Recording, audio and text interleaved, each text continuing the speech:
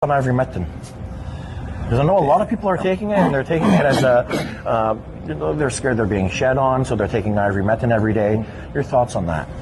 So, yeah, ivermectin is an interesting, so obviously very controversial. I can tell you, I also do a lot of cancer research. It's showing a lot of potential effectiveness when it comes to treating cancers as well, the ivermectin. But now it's shrouded in controversy, lots of controversy. What I can tell you is, yeah, ivermectin goes well beyond, like the mechanisms of action that it has goes well beyond just functioning as a dewormer, right? It can have a lot of antiviral properties. So one of the things is, when it comes to a lot of issues, whether it be vaccine injury, whether it be COVID, I think the vaccine injury is probably the major problem. Minor problem in some people might be long COVID due to natural infection, these types of things, or whether it be shedding.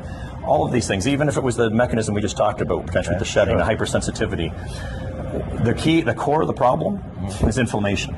Inflammation, right? Inflammation can cause lots of problems. There can be a lot of bystander damage to normal tissues in the body by inflammation. That's why if you get tennis elbow, for example, you ice it, right? You minimize the inflammation to minimize the unwanted tissue damage.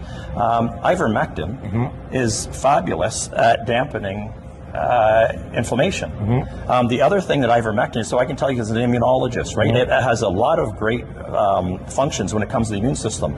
So another thing that ivermectin does is it potentiates, or it helps. We have within our immune system a bunch of cells we call T cells. Okay. One of the things ivermectin does is it helps what we call naive T cells differentiate into a specific type of T cell. So it promotes